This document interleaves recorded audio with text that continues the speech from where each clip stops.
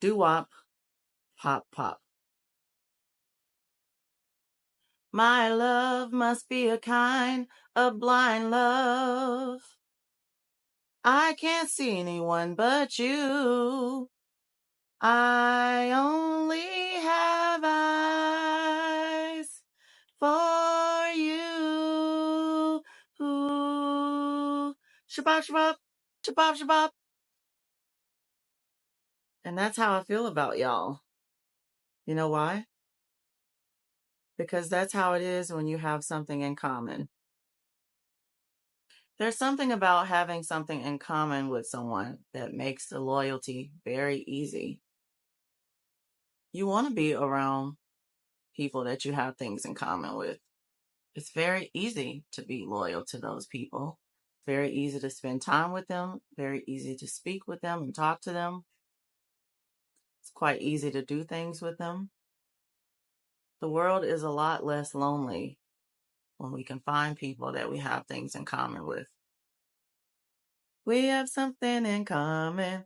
It's the way we feel about each other when we're together. And it's very true. If you are an introverted soul, if you are an empath, you know very well what it's like to go through that feeling of isolation. You feel like an outcast. You feel like the weird person out, the weird person in, the strange, peculiar one, the goofy one that doesn't quite fit in, the quirky person, the one who tells cornball jokes that very few people laugh at. If you are introverted or empath, you know very well what it's like to feel like there's not a lot of people that get you.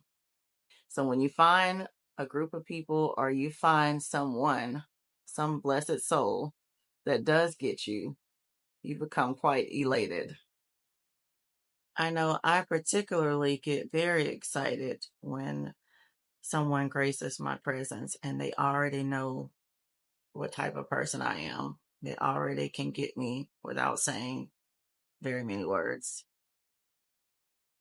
Psalms 133 and 1 says, "Behold, how good and how pleasant it is for brethren to dwell together in unity."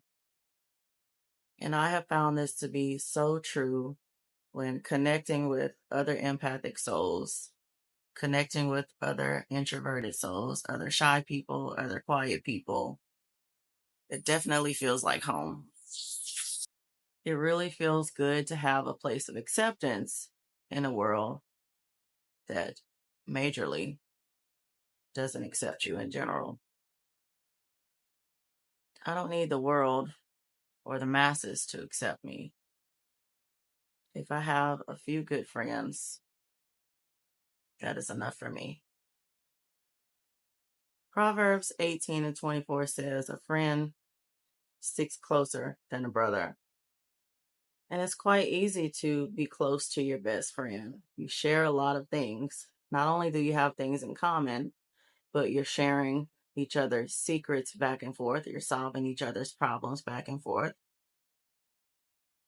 My dream is to be married to my best friend. I want my kingdom spouse to be my absolute best friend. I want to be able to laugh and joke, do all my cornball things. I have a spouse to do my cornball things with, to be my cornball self. I also have someone who can show me things and teach me things. Someone to go through the hard things of life with. We will be helping each other, supporting each other, minding our business while we're minding kingdom business together. We both will be on the battlefield for the Lord, working for the Lord. I'm looking forward to sharing my dreams and aspirations with my best supportive friend.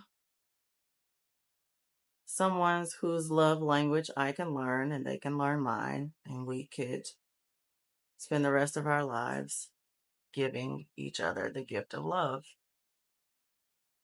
someone to cook dinner for, and someone to try new foods with, someone to grow a vegetable garden with, someone who will support me in my charity projects, someone to be supportive of my hobbies, and I will return the same to them. We will have things in common. We will pray together, worship together. All the things that we currently do alone, one day we can do together. Having something in common with someone is just the basics of a relationship. Not just a romantic relationship, it can be a family relationship. You have people around you who are similar to you, people around you that understand you, people around you that you share some of the same things with. It makes you have a feeling of belonging, a feeling of safety and security, even a feeling of love and happiness. God says it's not good for man to be alone. And so it does feel good and nice and wonderful when you have people around you that you have things in common with, to where you don't feel like you're by yourself, you're isolated, and you're alone. Proverbs 18:24 also says that in order to have friends, you must show yourself friendly. Relationships are hard, whether they are friendships, whether they are family relationships, whether they are romantic relationships. It takes work, it takes input, it takes decision making to cultivate the relationships that you desire or the relationships that you currently have. You have to put in effort and you have to put forth your best self.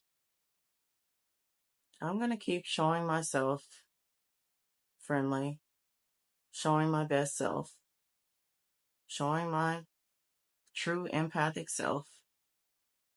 And I'm believing God that I'm going to attract the friends, attract the family, and attract the right kingdom relationship, the right spouse, just by being myself, showing myself, my true self, flaws and all. And I'm believing somebody is going to make the decision to be near me. Someone is going to look at me and say, hey, we got something in common. Till that day comes, here's what I'm going to do.